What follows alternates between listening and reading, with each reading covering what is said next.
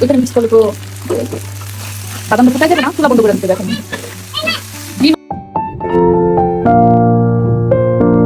হেই আসসালামু আলাইকুম, welcome back to my blog. সাইডে চলে যাচ্ছি মেয়েকে নিয়ে, সাইড একটু ভিজিট করে বাড়ির কাজকর্ম দেখে বিকালের দিকে বড় বোনের বাসায় যাব। আমার পাখি সাইডে গিয়ে দেখেন দুজন বাচ্চা খেলাধুলা করতেছে আমার সাইডে। আমার মেয়ে তো অনেক খুশি, আমার মেয়ে অনেকক্ষণ ওদের সাথে খেলাধুলা করলো। কি হয়েছে? কি হয়েছে? যখন তোমাকে পাবো আমি নিঃস্ব হয়ে যাব জানো না, যখন তোমাকে পাবো না। বড় বোনের বাসায় চলে আসছি সন্ধ্যার সময়। বড়াপু নাস্তা বানাই দিল, ক্যাশনাট সালাদ বানালো, এত মজা হয়েছে মাশাআল্লাহ, পুরাই রেস্টুরেন্ট ফিল। দেবে না, চুলা বন্ধ করে দিতে দেখেন।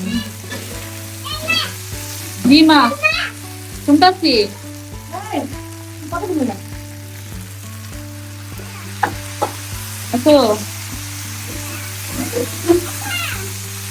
কই আসবো?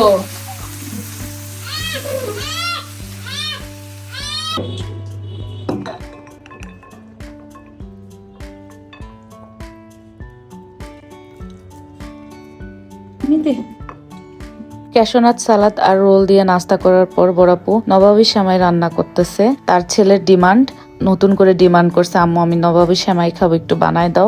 বলো কিছু। হ্যাঁ, খাবা খাবা?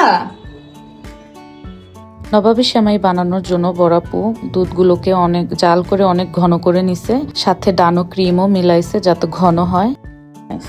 লাচ্ছা সেমাই ঘি দিয়ে একটু ব্রাউন করে ভেজে নিয়েছে। সেমাই আর দুধের ক্রিম লেয়ার লেয়ার করে দিচ্ছে। প্রথমে সেমাই দিয়েছে, পরে দুধের ক্রিম দিচ্ছে, আবার সেমাই দিচ্ছে, আবার দুধের ক্রিম দিচ্ছে, এভাবে করে বড়াপু 4-5টা লেয়ার করছে।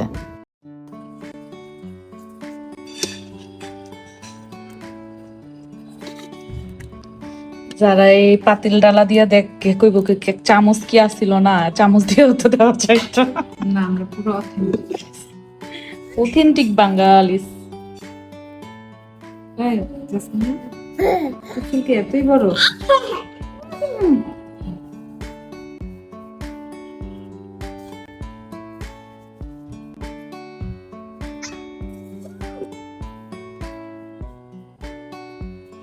লাচ্ছা সময় এখানে কয়টা দিচ্ছে?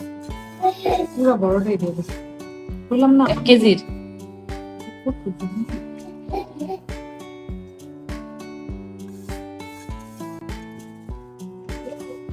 করে জাতের ক্রিম খায় 4-5 লেয়ার দিলাম।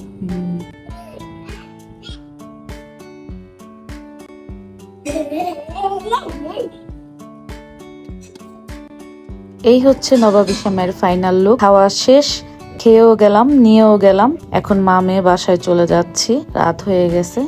আল্লাহ হাফেজ। আশা করি আপনাদের ব্লগটি ভালো লেগেছে।